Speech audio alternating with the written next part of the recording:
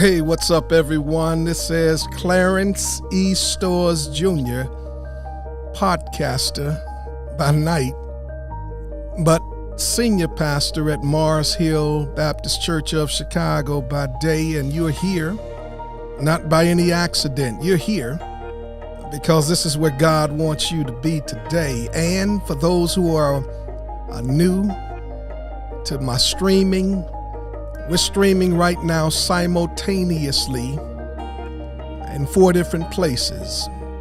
My personal profile, my business page, Clarence Stores, our church's page, Mars Hill Anywhere, and on YouTube. As a matter of fact, if you're watching on YouTube, do me a favor, go ahead and hit that like button if you don't mind. Hit that like button because that tells YouTube that this is something of substance. And while you're there, you might as well go ahead and hit that notification bell so you'll be notified when we go live, and you won't miss any of the content that we have to place here. And also, go ahead and help us out. Go ahead and hit that subscribe button. And by subscribing, I guarantee you, it won't be a dull moment. So go ahead and make sure that you tag a few people. If you know someone, go ahead and tag them right now. If you're watching on Facebook, go ahead and like the page. Go ahead and like the video. Go ahead and follow us if you don't mind. And because I believe so strongly in what we're doing, and especially today, if you know anyone that's experiencing trauma, this whole series is all about what if they don't come back like we thought that they would. And we're starting to experience that. Now, last week, I had my dear brother, Pastor Kervance Ross. He is the pastor of Internet and Innovation at New Birth. Did a phenomenal job. But I'm excited about my guest today, man. I'm going to talk a little bit about that in a moment. But check this out. People, if at any time you hear something that's life-giving, man, we don't want to be stingy, man. Let's go ahead and shower some love on today's guest through Cash App, through Zelle. And the website is there, and you're going to want to visit that website, onlyoneconsulting.com. So come on, make sure that you show some love to my sister today. Now, this series of podcasts is for you, church leader, church attendee, pastor, anyone that deals with people. Business person, entrepreneur, this is for you. And what precipitates this is the fact that I read an article recently by Ed Stetzer. It's called The Great Sort. And the article can be found in Outreach Magazine. We'll have a link to it. And he goes on to say how it's really hard. It's a hard time to lead as pastors or entrepreneurs because we don't have the capability and the ability to distinguish what's going on and what's happening, and we're finding out that not everyone's with us. So these are tumultuous and turbulent times.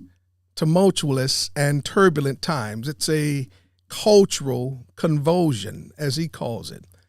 And because of this, we need to know how to pivot. We need to know and understand how to pastor and lead those who are sitting in our pews. And because we've never been in this before, never gone through this before, we're going through this together. And since we're going through this together, check this out, we're going to learn together. We're going to grow together. Now, one of the things that we've seen happen during this great sort is people are wanting to align ideologically with their views. And we know news stations are shaping views. Diversity has taken a back seat. Many are now influenced by social media. and people are being discipled by their cable news choices. And it's no secret that those who we minister to, those who we talk to, those who we lead are sitting there traumatized. We need to know how to deal with this. And I'm thankful to God that I have people that I know, people that allow me to be relationally rich, that I can pull on and call on, because today's conversation is relevant.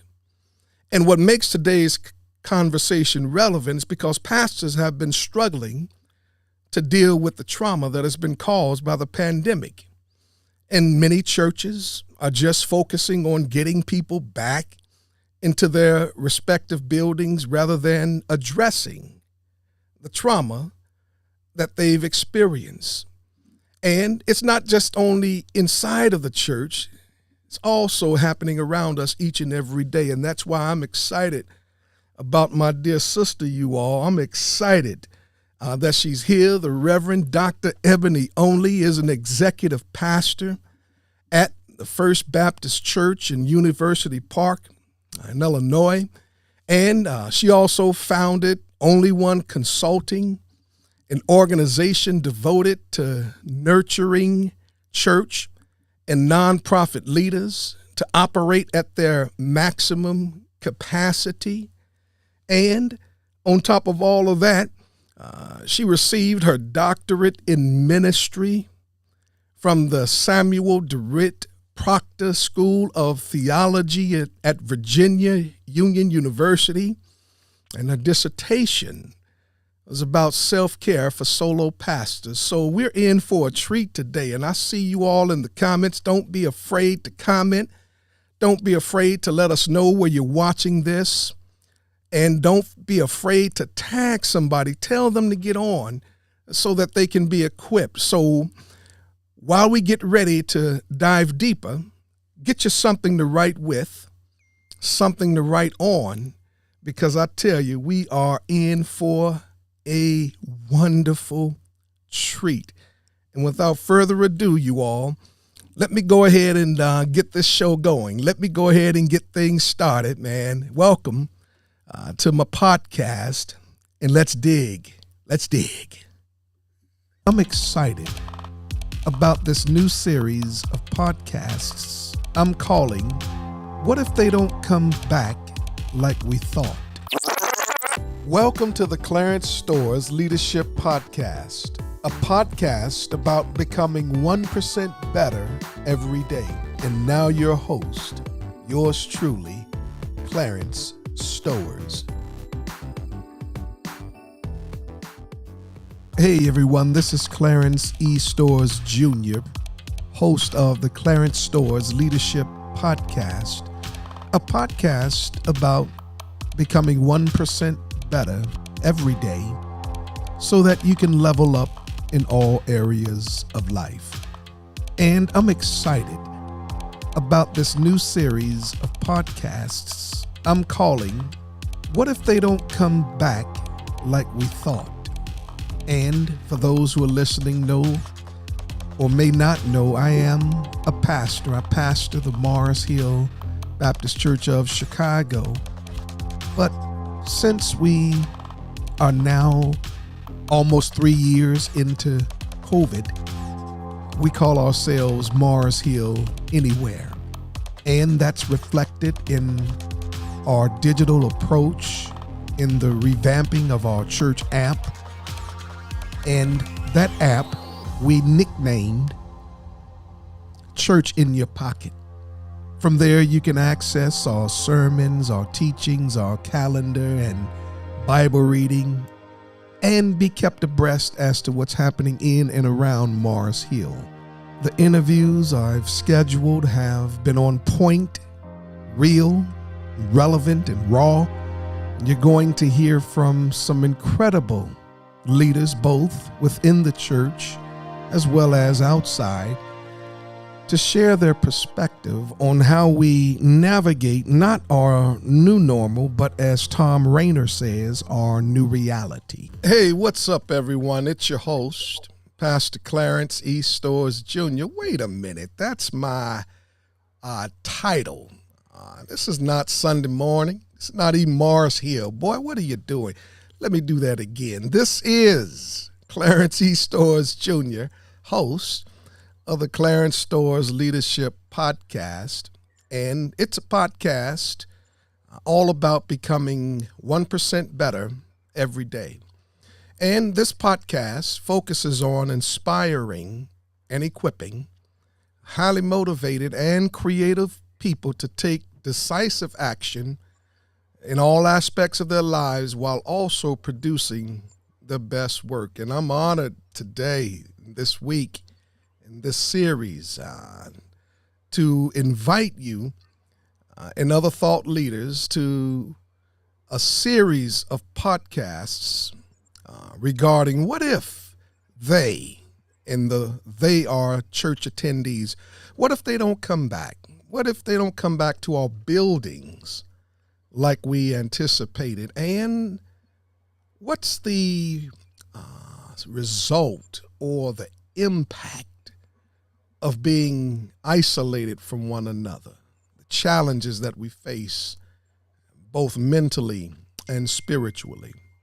Additionally, I'm glad because I've had guests who are major, doing things in a major way, doing things to make an impact in the kingdom of God. And for those of who follow along, I like to tease out and build up the guest list. And so I'm excited today, and you're going to see why there's so much glee and excitement in my voice and on my face, because I have with me the executive pastor of First Baptist Church of University Park and University Park, Illinois.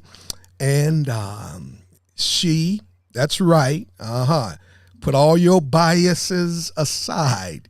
She, that's right, and I'm glad to say that, is not only leading in church spaces, but she's doing a massive work, an important work regarding mental health and the challenges that we face and the things that we like to sweep up under the rug and the things that we like to hold dear to that moniker. What goes on in our house stays in our house to our detriment. But we're going to unpack that.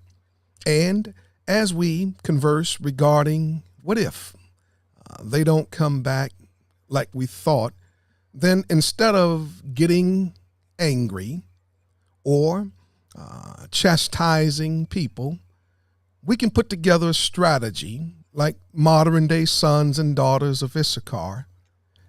Put together a strategy and know what the Big C church ought to do. So, without further ado, you all, I want to bring to the stage, bring to this podcast, my sister and dear colleague, Reverend Dr. Ebony Only. Got to put some respect on that name. What's going on, girl? How are you? How are you, Pastor Stores? Thank you so much for the invitation to chat with you and your audience a bit about this topic. You've been very gracious, and I am excited to be here with you, my brother and my colleague, and sharing in this discussion. Absolutely wonderful, wonderful. Now, those who know me know I like to put frames around people, around contexts, around conversations, because as beautiful as the portrait is, the frame enhances the beauty, helps to understand. And just as we pick out art that speaks to us, we ought to take the same time to pick out frames that bring that art to life. So let's put a frame around Reverend Dr.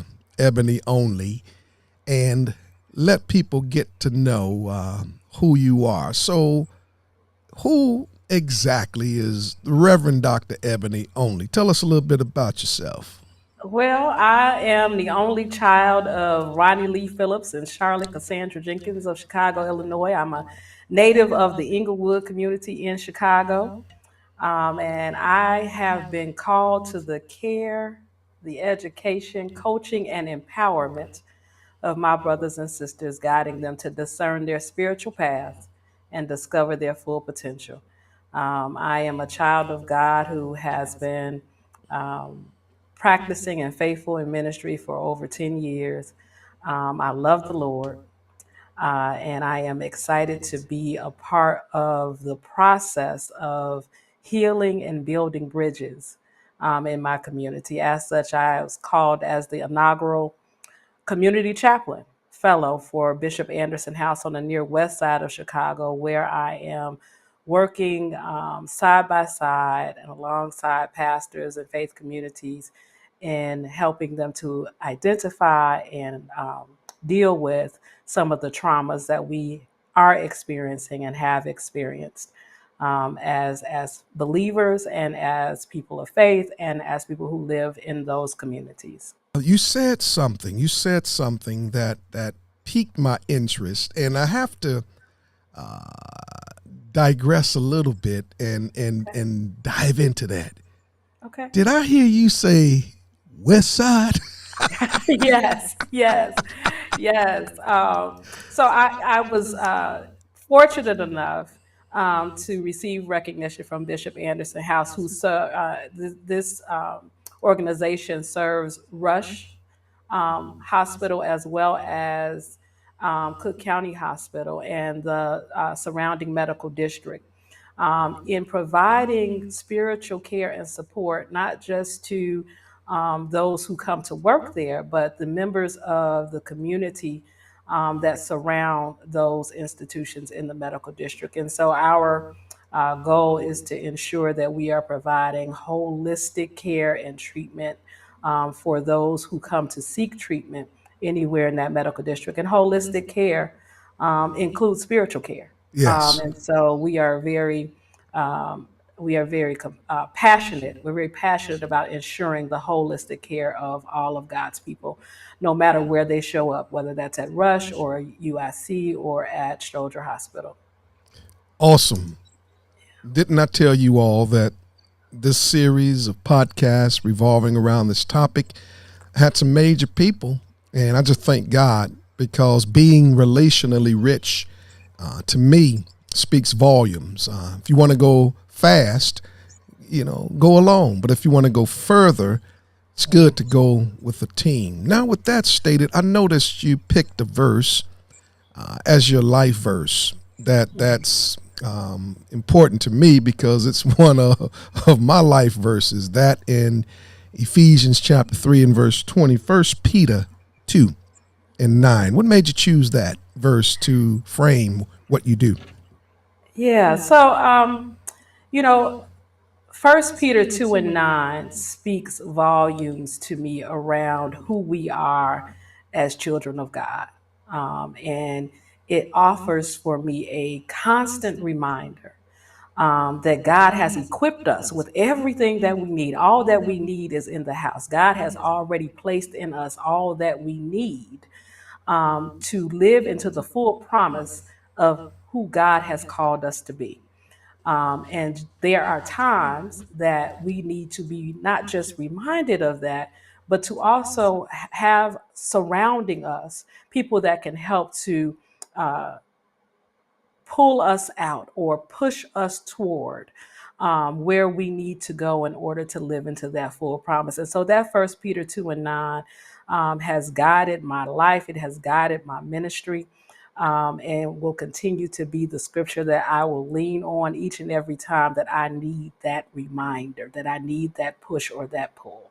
Well stated, and I'm stealing that. I'm going to, of course, because you are from the field of academics, so I'm going to quote my source the first time, and then the second time I'm going to say I heard.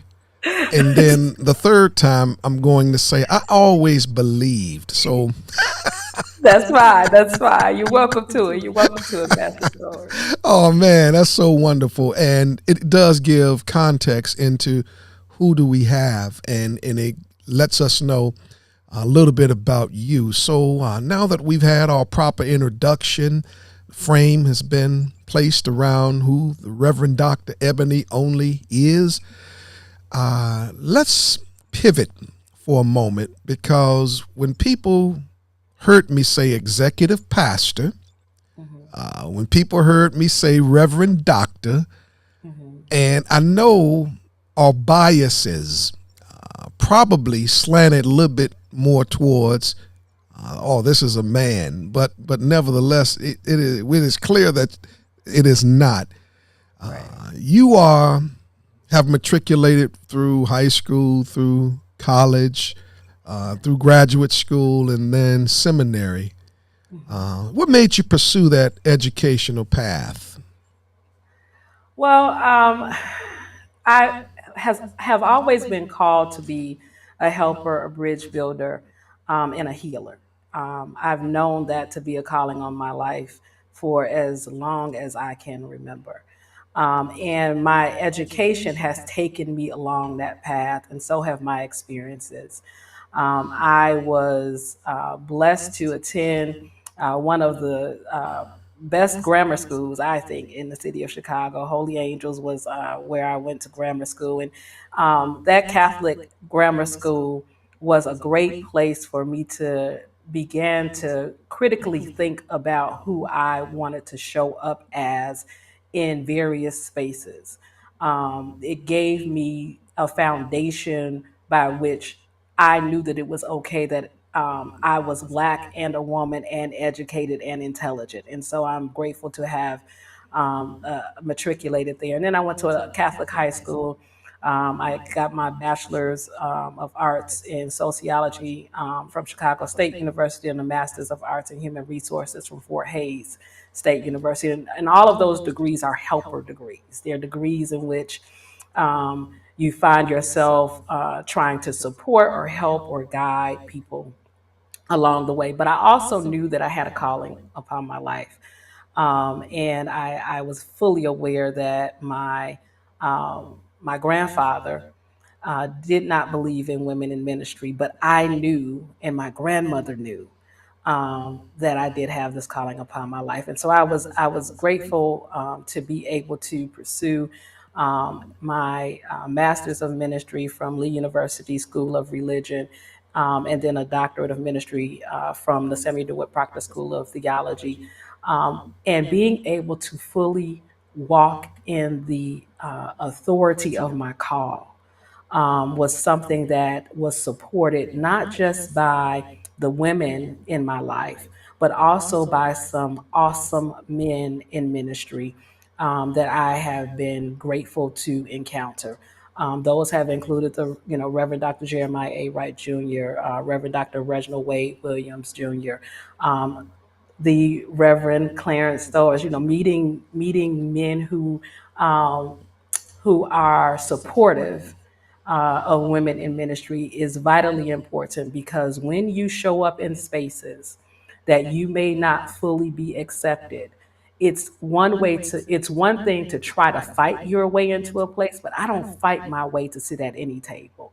It's more meaningful when another man can speak to a man about whether or not a woman has place. Why? Because you hear differently from someone who looks like you and has your same experiences than you're going to hear from someone that doesn't look like you and doesn't have your same experiences. And so I'm grateful to have uh, people like you, Pastor Stores, who create spaces, courageous spaces where women in ministry can show up. And I knew that I needed to do the work, right?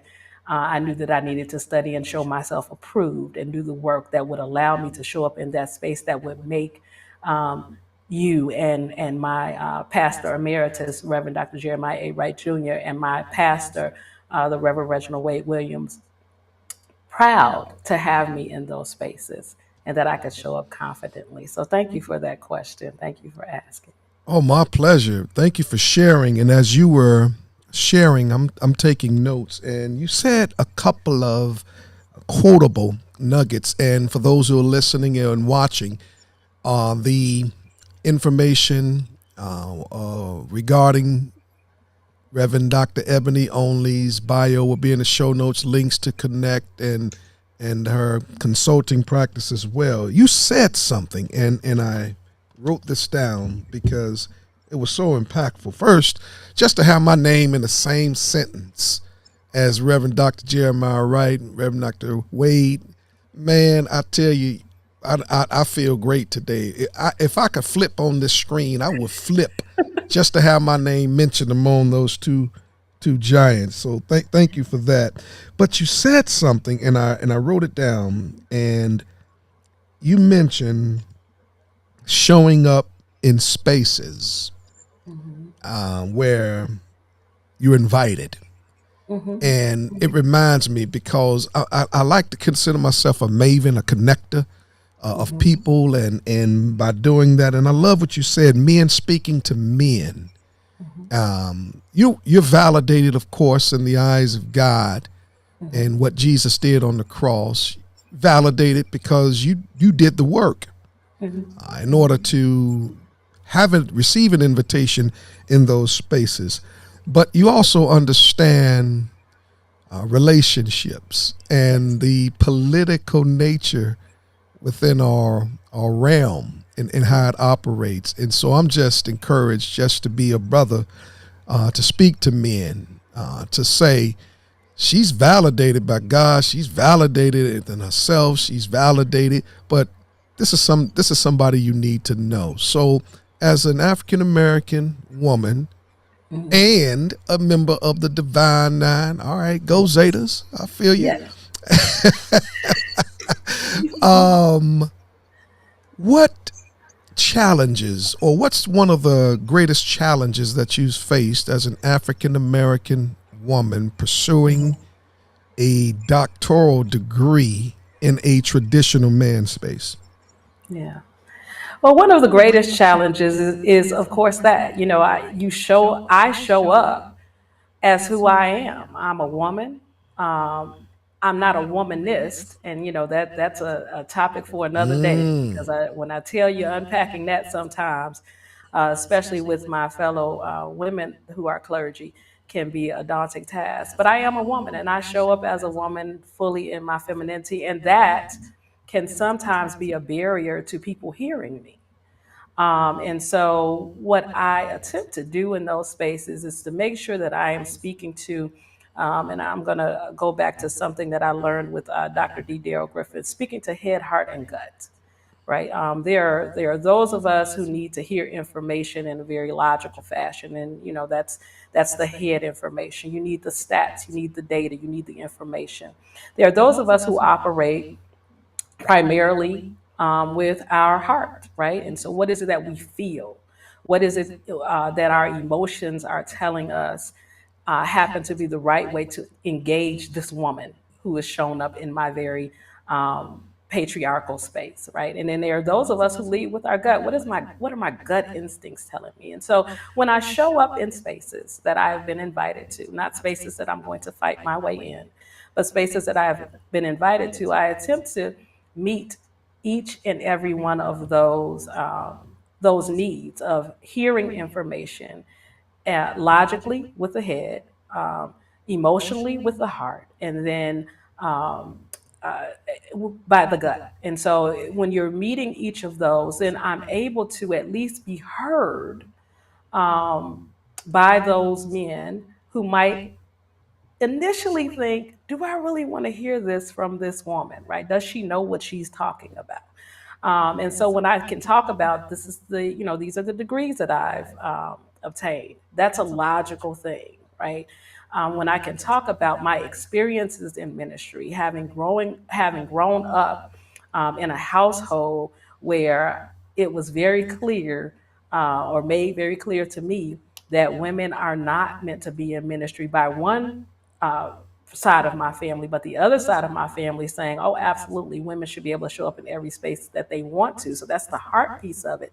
And then the gut piece of it for me, and showing up in those spaces and making sure that I'm communicating very clearly, is what is it that intuitively people feel that they need to have in order to be able to receive the information that I have for them. And so, I'm grateful to have gotten the knowledge and the understanding of what is necessary in order to be heard in spaces that initially I might be rejected just because of the way that I look, and the way that God has created me as a woman, but still an intelligent woman. And as you said, still a woman walking in the authority that God has granted. Absolutely. Thank you for Absolutely. You unpack that beautifully, showing up logically, the head, emotionally with the heart, and then internally with the gut. Yeah, Man, that's a whole masterclass right there.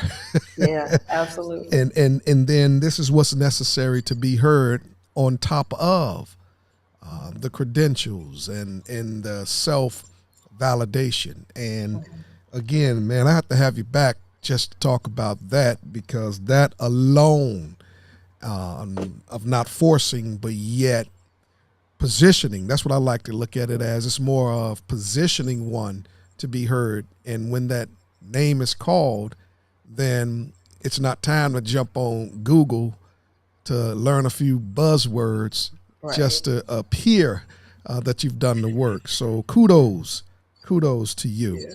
Um, Thank you. my pleasure, my pleasure. We've had this opportunity to kind of lay the foundation to let you know, get to know Reverend Dr. Ebony Only, what motivates her to hear her life verses, and then showing up when she shows up to be heard, doing the necessary things that would position one to continue to be invited to those spaces and stages. And this is why we're here today. One of the reasons we're here today. And we had an opportunity while attending an event together just to converse as colleagues. Yeah. And those of you all who know me, you know two things. One, I'm going to talk. That's what I do. Plumbers plumb. Electricians talk about electricity, all of the above. But I love to talk. I love to talk to people and hear what they think, and help me to see what they see. And so we're conversing, and the conversation centered around, of course, preachers are going to navigate the church life at some point. And as we were conversing, I had it in the back of my mind, because I came to this event, and I confess, with an ulterior motive. I knew there were a couple of people I wanted to interview, and I had a chance to talk to our friend and brother, Reverend Dr. Montel Crawford, too. Yes. Send him a shout out. You shouted out my frat brother, D. Darrell Griffin, pastor of Oakdale Covenant Church. And I knew that we were going to have this opportunity to converse. And I'm learning March 20th, to be exact, or the month of March, rather, it was the 20th for us, is D-Day. March 20th, 2020 was when churches officially acknowledged as the date in which we went to virtual online services and events, etc. And here we are, 2.5 years later, Yes. emerging out of that. And what you helped me to see, and I quote, because when you said it, and I immediately pulled out my phone and I typed it in my notes, because I'm working too. You said that there's trauma in the pews, and most pastors and church leaders are not prepared to deal with it. And that kept sticking. And as you know, I kept digging, because I wanted to go a little deeper into that. And now that we're coming out, so there are too many churches who have just focused on getting people back into buildings and ignoring the trauma that we faced during the pandemic. And when they do come back, what do we have? How can we, as church leaders, prepare ourselves to deal with that? So could you take a moment and talk about the trauma that COVID has brought to our pews, and what that looks like for the everyday church leader? Absolutely, absolutely. Let me start with, part of the reason I believe that we are so focused on getting people back to, or back to the church, back to the way things were, is that we are such a resilient people. Mm, We are a resilient people, but with resiliency comes exposure to trauma. mm, And that's the piece that we don't often connect. The reality is that none of us are the same. And so, this series that you're doing on what if they don't come back like we thought is an important discussion for the church, for pastors, for lay leaders.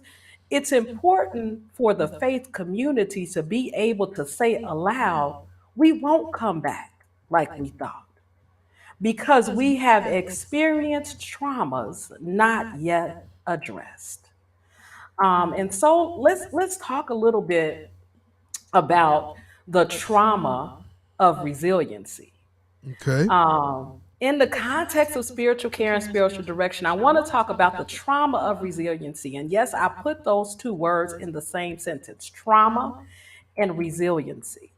And so I want to encourage, if you don't have pen and paper, to get pen and paper, because I do want you to take a few notes Oh, on yes. this podcast. I think this is going to be very helpful for you to unpack in your current context. So let's first talk about what resilience is. Can we agree that that resilience is the capacity to recover quickly from difficulty, or the ability to return to its original form? Mm, mm.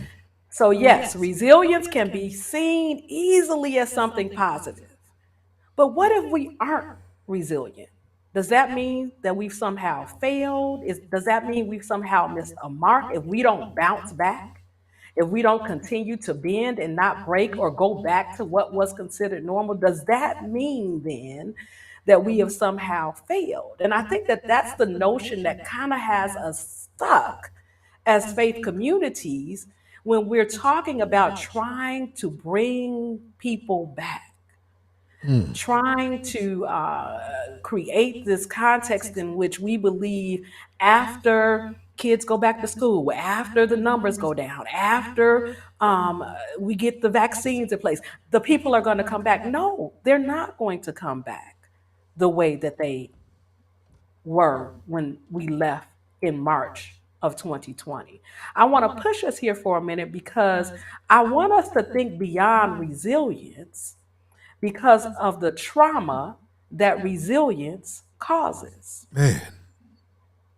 Resilience is birthed through a need to survive a labor. So we have to recognize and acknowledge that as faithful believers, we have had and are currently experiencing some trauma. We have to acknowledge this reality if we want to truly equip ourselves and journey alongside the members of our congregation, our faith communities, and our surrounding communities.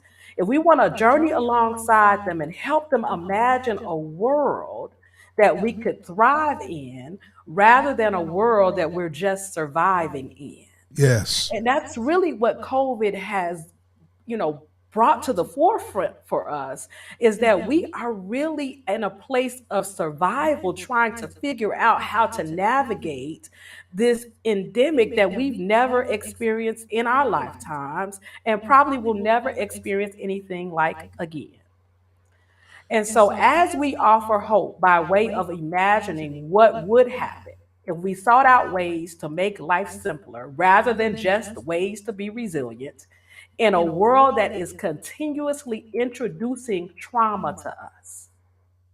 People My often say God. that growth comes out of difficult places, but it's important to ask, how much of that growth have we chosen and how much is being thrust upon us? And so, what I want to just offer for us here is that wearing this banner of resilience as if resilience is the goal is part of what has us stuck at trying to get people back the way that they were, or get us back to the church, or get us back. We're not going to come back like we think. or we thought we should come back, because resilience isn't the goal. Being well spiritually, being well mentally, being well physically, and being well emotionally, that is the goal. My God, let me jump in, man. I'm writing, I'm shouting, and you ever had one of those moments where you say, man, just put the pen down and be in the moment and go back and take notes later. But you said something, oh my God, you said, and I quote, I'm grabbing my notepad. You said, it was so rich. You said, we're in a place of surviving while trying to thrive, and how we're introduced to new traumas. And like many, I thought that resilience was the goal. Just persevere, see it through. You know, we go back to those pledge days. But when you said that is not the goal, that means there are a lot of us who are stuck in a place that was just supposed to be a stop. Right. Right. Does Man, not scripture say, take my yoke upon you and learn from me, for I am gentle and lowly in heart, and you will find what? Rest for yes, your soul. For my yoke is easy yes. and my burden is light. For I know the plans I have for you, Come declares on. the Lord. Plans to prosper you and not to harm you, plans to give you hope and a future. So resilience is the stop to the destination. Woo. It's not the destination. Scripture has shown us that. So we have to come to not just realize, but to put into practice the fact that resilience in and of itself is not the answer, and that the intersection of resilience and the work of healing is our well-being. And that intersection is where we find a holistic sense of well being. It's where we find a holistic sense of well being that encompasses our physical, our mental health, our emotional state, and our socioeconomic structures as part of the communities that we're in. Yes, we should continue to provide spiritual direction, counseling, and support through whatever means of worship and instruction we have. And if we want to get unstuck and we want to help our faith communities get unstuck, we also have to help address the traumas we've endured, from intergenerational trauma to the trauma of COVID. If we are to really be accountable to equip ourselves and our faith community to do those things, we have to be equipped with the necessary tools to be mentally, physically, and emotionally well ourselves, and then help by walking alongside our communities of faith, help them to be mentally, physically, and emotionally well, in addition to being spiritually well. We cannot ignore these other three things when you are ministering to and walking alongside persons who have experienced trauma. Yeah, yeah, yeah, yeah.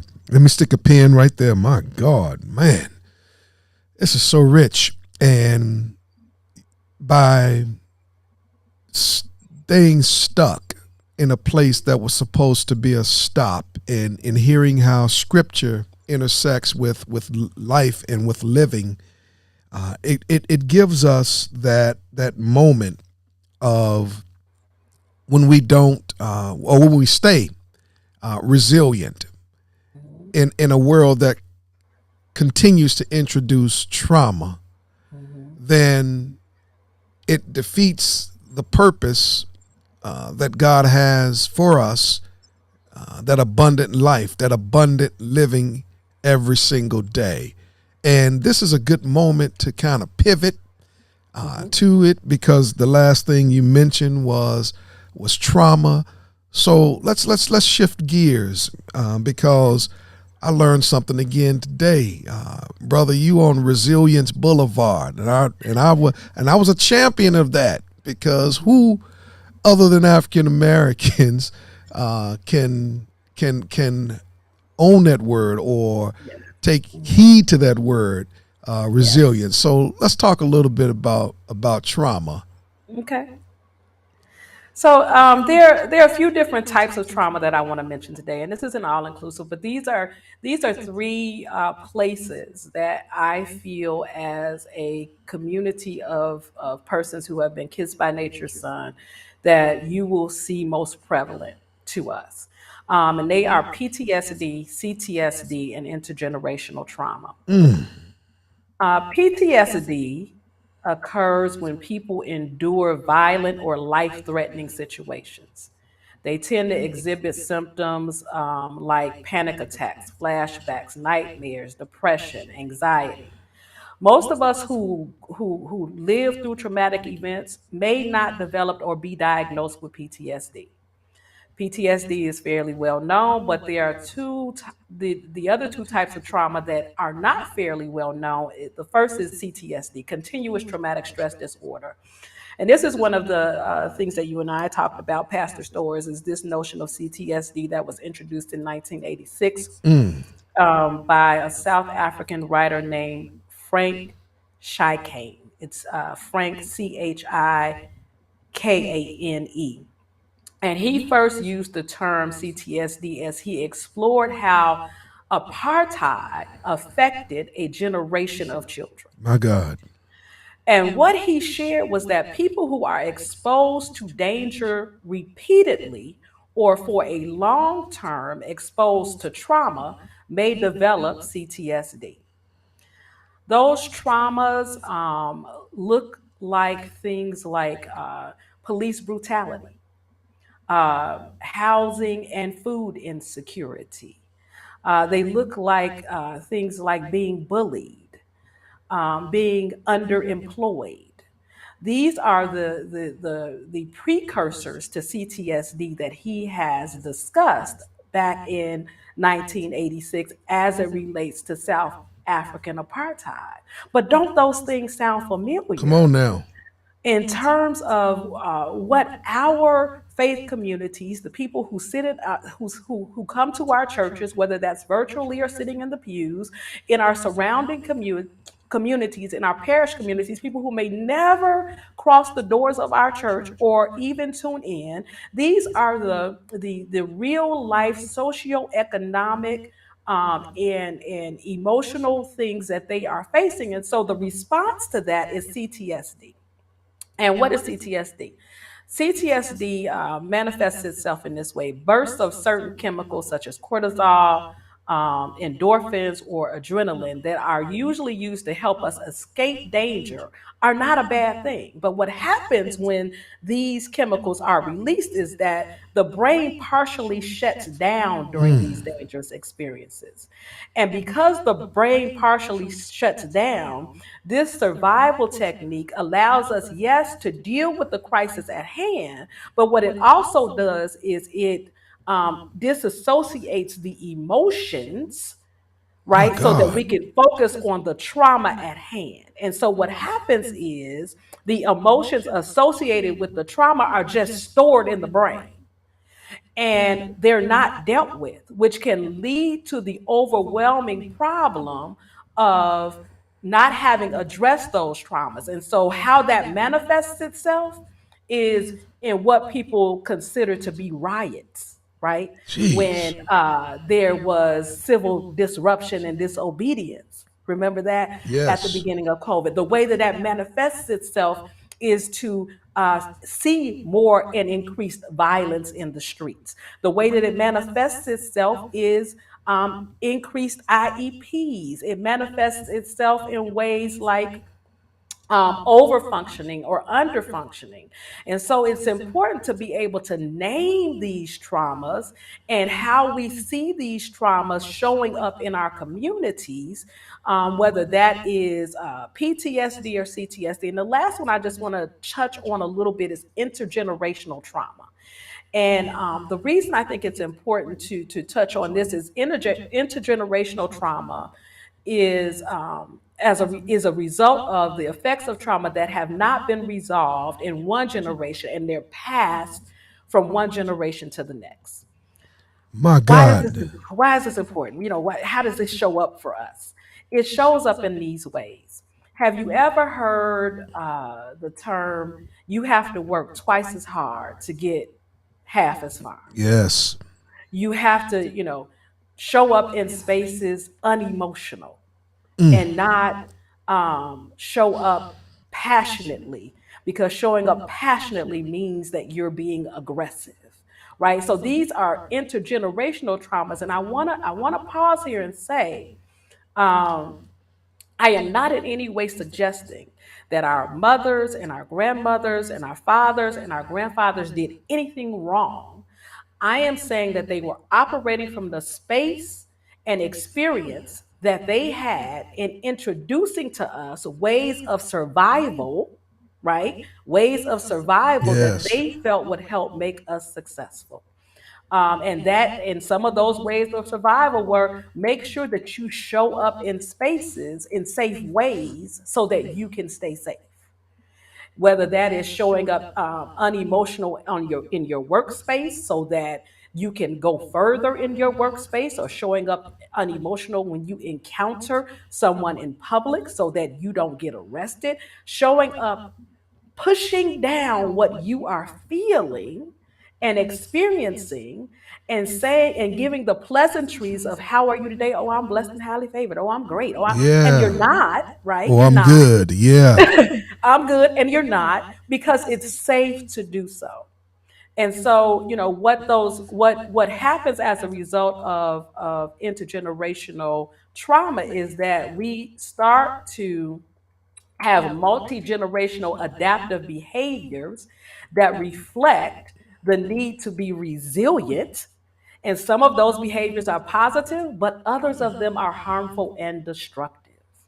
And so we have to first name the trauma or the traumas that we're seeing or experiencing, so that we can then take practical steps to begin healing or journeying alongside for the healing.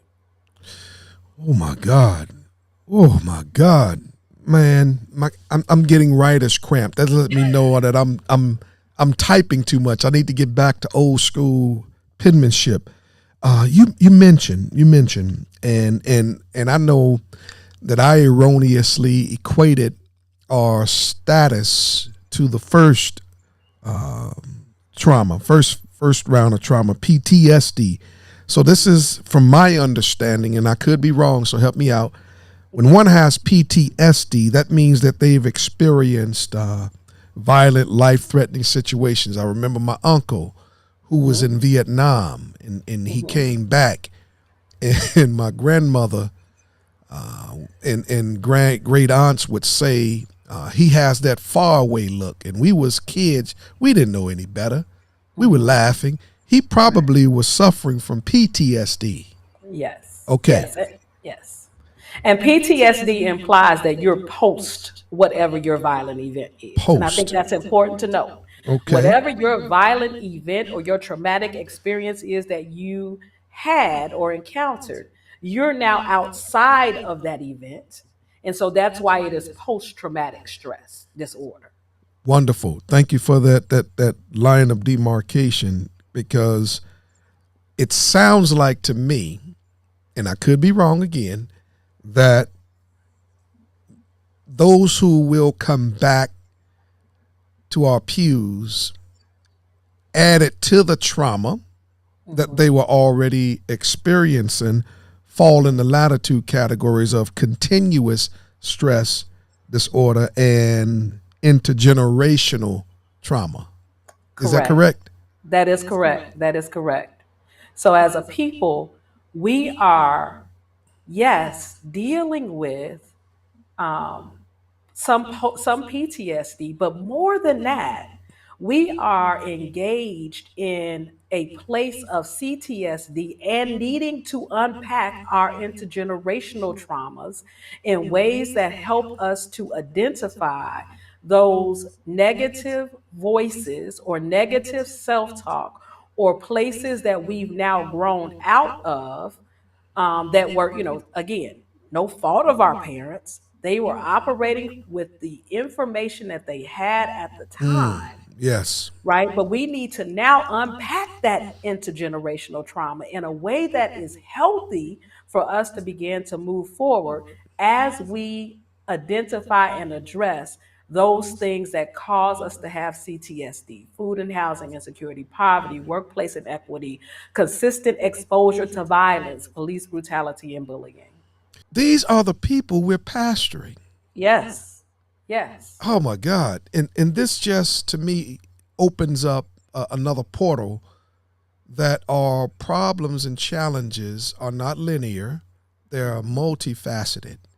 And understanding, I think of a wheel or a circle, and in that circle are church challenges, and then you have arms extending from the circle. So this is just one of many arms because police brutality, food and housing challenges, bullying you mentioned, and workplace inequity, and then the brain you mentioned shuts down Yes. to deal with the trauma that's present.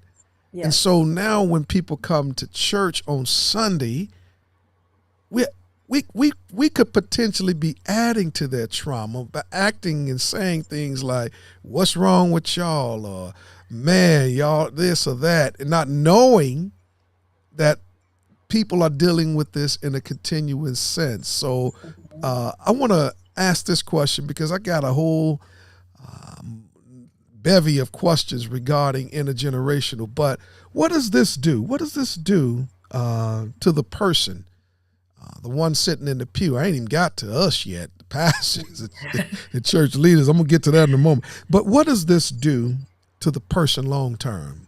Long term, if we are not very intentional about naming the trauma, and when I say we as pastors and we as church leaders, if we're not very intentional about naming the traumas out loud, then what we're doing is encouraging our members to ignore or bury that trauma, which will then result in more intergenerational trauma, right? And so we are doing a harm.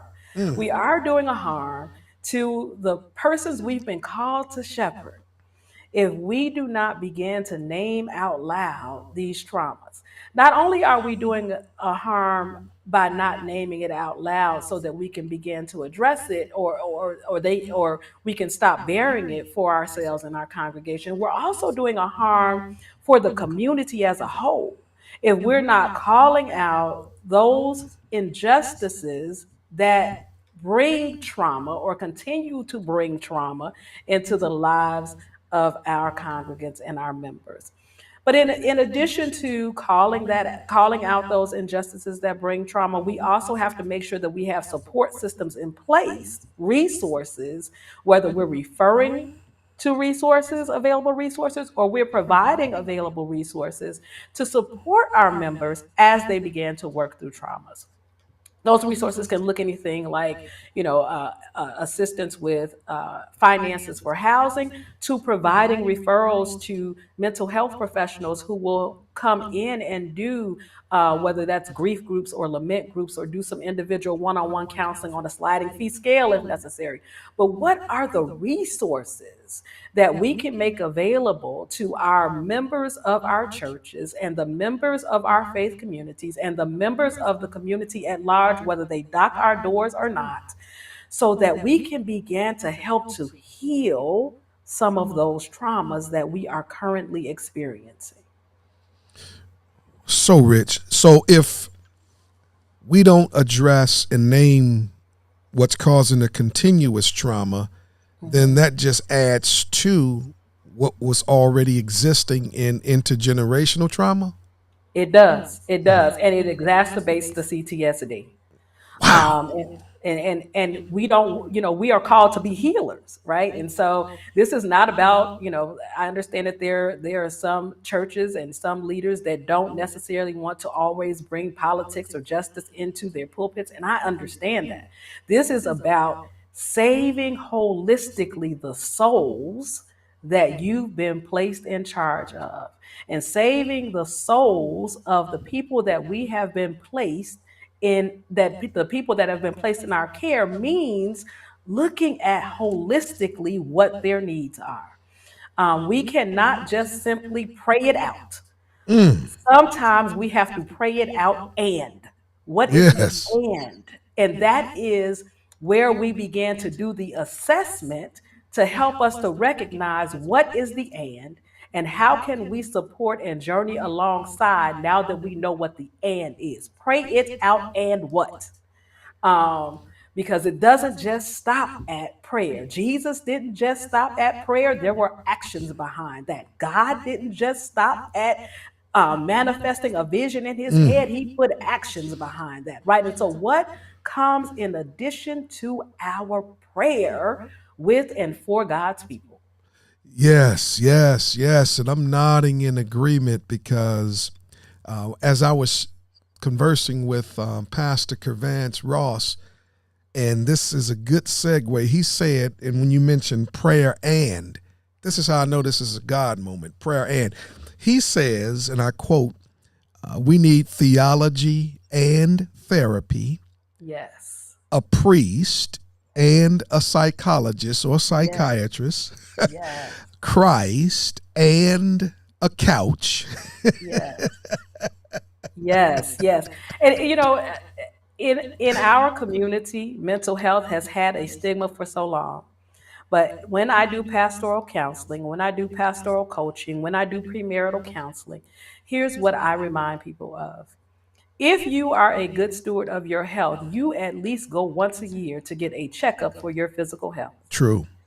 There's nothing different about your physical health need for a checkup than your mental health need for a checkup. If you don't go but once a year to check in with a therapist, you owe that to your body and you owe that to the divine who created you. Because the divine didn't just create your physical body, the divine gave you emotional and mental capacity. And so if you're being a good steward of your entire body, your entire self, your who God created you fully to be, that means you also have to check on your mental health. And there's nothing wrong with that. There's nothing to be ashamed of. Mm. There's no stigma that should be attached to checking on your mental health. The stigma should come if you don't do it. Oh If you my. don't see about how well you are physically and mentally, that's where the issue lies, not going and seeing about your mental health. Oh my God. That brings to mind a couple of questions that would serve us well for the church leader, knowing this now of who's sitting in the pew. I felt like we just did a general overview, the 30,000-foot view of who's in the pew. Oh man, that'll preach. to understand, because once we understand who's in the pew, then we can put together a plan Yes. to address who's in the pew. For the church leader, I'm recognizing, which is why I wanted you to be a part of this series of podcasts, when there are certain things that are above my knowledge base and pay grade. So as a church leader, you mentioned partnerships with agencies to perhaps do sliding scale consultations, all of the above. When is it time for a pastor to refer or partner with someone who knows this a little better? Yeah. So there are, for me, three indicators. The first is time. And what I mean by time is depending upon what the issue is that is being presented by your member or a member of the community, you might want to only see or counsel that person 2 or 3 sessions. Anything beyond 2 or 3 sessions may require referral to someone who has deeper knowledge of whatever that particular issue may be, whether that's financial or mental health, or if they are presenting with a need for support in terms of their current living situation, if they're living with domestic violence.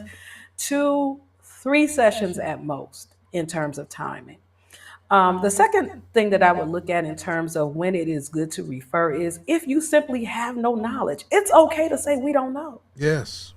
And it's okay to say, I don't know, but I know someone who does, right? And Yes. so that is where building your network and relationships become important, because it may even be that you refer to another pastoral colleague, and that's okay. It may be that you refer to an agency that's near you, and that's certainly okay, right? And so, do you have the depth of knowledge necessary in order to support your member or the member of the community that has presented? And I would say the third indicator for me of when to refer is if I am too close to a situation. Mm. And when I say too close, this may be someone that I have long-standing relationship with, even a member that I've had a long-standing relationship with, and I'm too close to really be objective to the situation, or I am currently wounded, right? By whatever the situation is that is being presented. And the last thing we want to do is, as we would say, is bleed on our people, right? And if Yeah. I am currently wounded, I may not be the best person to help, to walk alongside, to help this person navigate whatever their situation might be. So, those are the three indicators that I utilize in terms of referring. That's so wonderful. And it is so rich because I'm going back and I'm nodding. I'm like, should have referred, dude. Should have referred. But we have this as pastors and church Mhm. leaders, this savior complex. Mhm. And we forget that there's only one savior Mhm. who hung, bled, and died to redeem us back to God, and his name's Jesus, and he's Right. quite capable at doing what he's doing. But we went into pastoring, just as you mentioned. Your background degrees are in the ministry of helps, to help people Right. and to be that voice to kind of give balance. And so I'm sensing there probably might be some codependency Yeah, going so on. it's codependency, and I want to say this, and this is not going to be a popular response. It's an intergenerational trauma. Okay. And Okay. let me tell you why I say that. We Unpack that. learned how to be pastors really well from some great pastors, right? Mm. We learned how to shepherd God's people in some respects by witnessing and learning from some people who did very well pastor their congregations, but they didn't always do it in the healthiest of ways, Mm. right? They showed up in spaces, as you stated, with the kind of savior complex. These are the people that God has entrusted to me, and so I need to make sure that they are okay. Well, do you alone need to make sure that they are okay? Mm.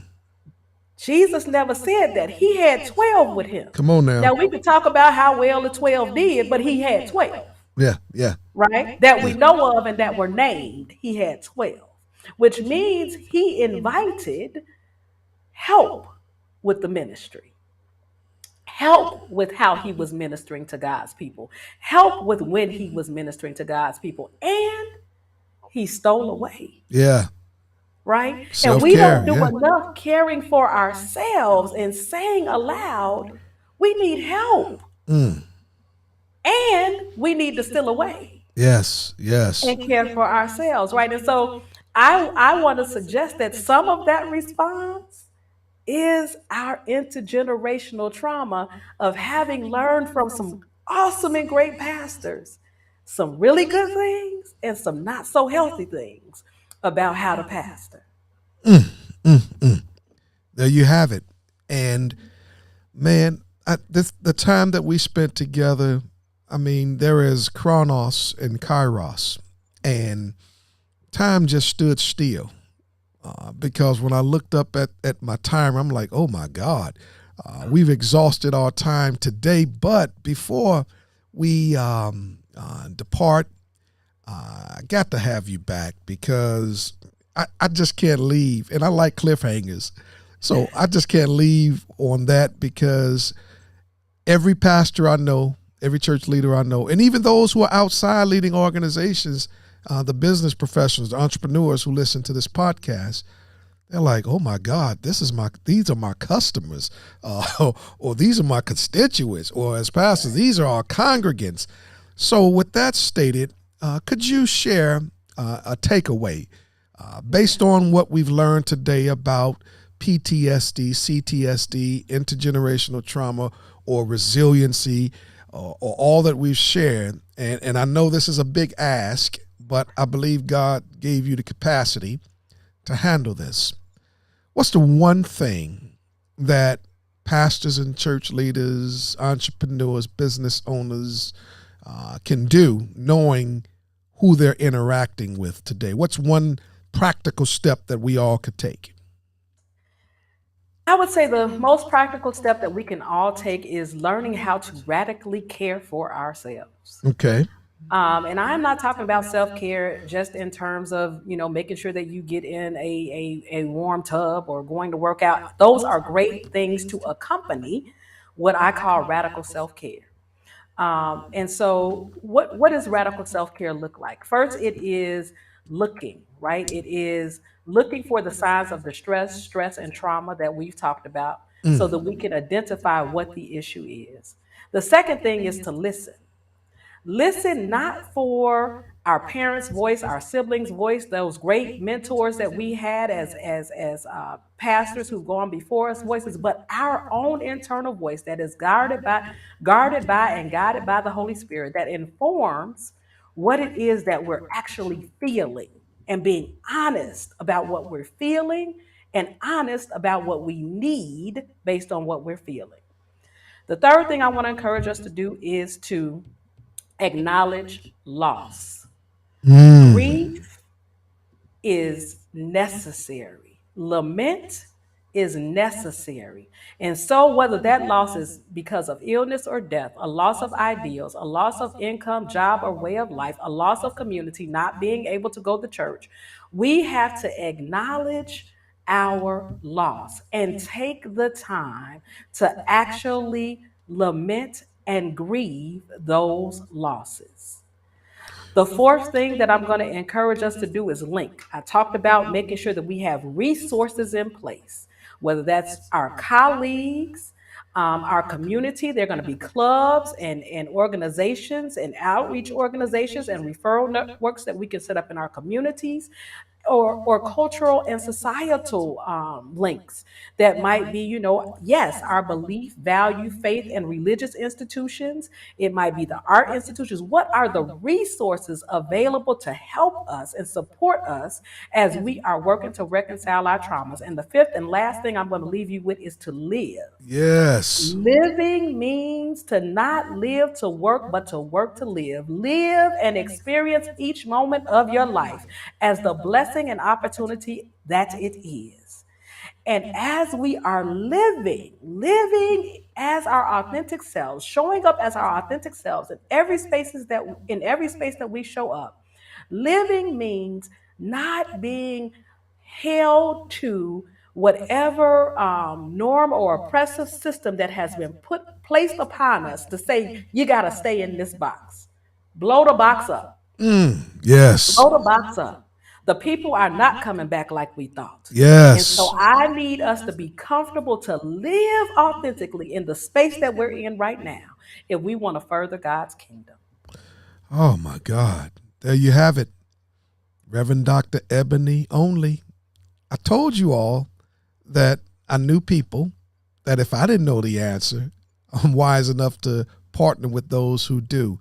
And I pray that this has been beneficial and that your mind has been stretched. I know mine has. And as a result of that, I'm confident yours was stretched as well. I always ask all of our guests, and they've shared some incredible resources.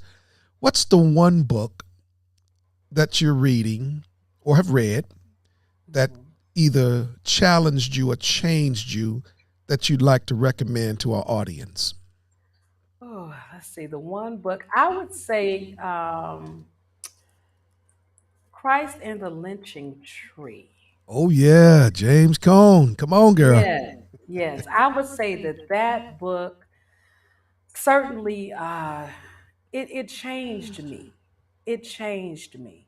And it helped me to see more compassionately um, myself. It helped me to be more compassionate with myself. So I would say that book by James Cone is the one that changed me, and that's the book that I would recommend to anyone to just take a read. Just take a read. Absolutely. Absolutely. I want to thank you, Reverend Dr. Ebony Only, for being a Thank part you. of the Clarence Stores Leadership Podcast. And man, I could talk to you all day. I could listen to you all day. I've learned so much, and it's caused me to take an internal look inwardly, and realize some inadequacies and gaps, and then make a plan, put a plan together to address them. But I must have you back. I must have you back It because would be an honor. thank you, and because there's some more that we need to unpack to help our people. But this listeners was a masterclass for you, and it's only a precursor of what Ebony does, and we'll have links to all what she does in the show notes. But she's given so much, but this is not something she Googled. She didn't just read enough to become dangerous to you and herself. This is what she does, and I have a link to Only One Consulting, but I'm going to let her have the final words and speak to that as to the services that she offers. Tell us a little bit about Only One. Yeah, so Only One Consulting, I started over 10 years ago, and I am able to journey alongside clergy, church leaders, individuals, and couples, providing coaching to help get us unstuck. And so, unstuck in whatever area of your life that you're feeling stuck. I do provide coaching and counseling through Only One Consulting, again, to individuals, couples, and to organizations, specializing in clergy and faith-based institutions. And so I'd love to spend a little time talking with individuals who might just feel the need to bounce a few ideas off someone, or might need some help with how do I move this needle, how do I get from this place of feeling stuck. Wonderful, wonderful. There you have it. Again, thank you, Reverend Dr. Ebony D. Thank Only, you. for Thank being a you, part. Pastor Stowers, for having me. My pleasure. And again, this won't be our last time. And I already know, especially with the audience of our female listeners, boy, it's about to be a hit. And I already know. And man, I cannot wait until the opportunity for us to get back together. And again, thank you for all that you've shared. And again, all the information on how to connect with Reverend Dr. Ebony D. Only will be in the show notes. So until next time, take care of yourselves so that you can take care of those within your care. Take care, y'all. You've been listening to the Clarence Stores Leadership Podcast. Join us next time for more insights on becoming 1% better each day and leveling up in all areas of life. Oh, my God, were you blessed today? Man, I thank God for my good friend, Reverend Dr. Ebony Only, stretched me. And I know you were stretched as well. And I would be remiss in my duty if I did not let you know that the audio version of this show would be available tomorrow. That's Friday, March 5th, I believe. March 4th, tomorrow, March 4th, on the Clarence Stores Leadership Podcast. So go to your favorite podcast show, your podcast app, and download it. Also, I'm thankful that we've had some incredible guests, and we're rounding out this podcast series on next Thursday. We have 2 more to go, and I can't wait to introduce each and every one of you all on this podcast to the rest of our guests, Pastor Marvin Williams and the Reverend Dr. Montel Crawford. Awesome guest schedule. Do me a favor, just show Ebony some love, you all. Let's show her some love. And I have friends and colleagues who are of value, and we're going to show them just how valuable they are to us. So if you feel led, we received a master class today. So if you feel led, go ahead and drop her a love gift. You can do it through Cash App at Ebony Only, through Zelle at ebony.only@outlook.com. And for more information regarding the breadth of work, the scope of work that Reverend Dr. Ebony Only does, go check out onlyoneconsulting.com. Can you do that? I hope that you will. And in the meantime, if you're looking for something to help you before you get to Reverend Dr. Ebony Only, you can go ahead and do a brother a favor and purchase my book, Finding Joy Despite Life's Hardships. It's on Amazon, and I thank God for that. And you can go there and order it now, both in print or in Kindle format. Go ahead and let me know in the comments section. Did you have an awesome time today? And if so, I can't wait to see you the next time, next Thursday, 6:00 p.m., same channels, where we'll converse with my brother, Pastor Marvin Williams. It's going to be phenomenal. And with that stated, if you don't have a place to worship and you want to worship with us online, join us this Sunday, 10:30 a.m. Central Time, and I'd love to see you there. In the meantime, thank you for watching. Please share and let others know what a valuable time we had together.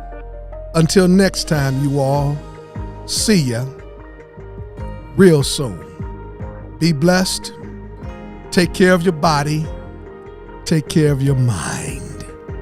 Until next time, be well.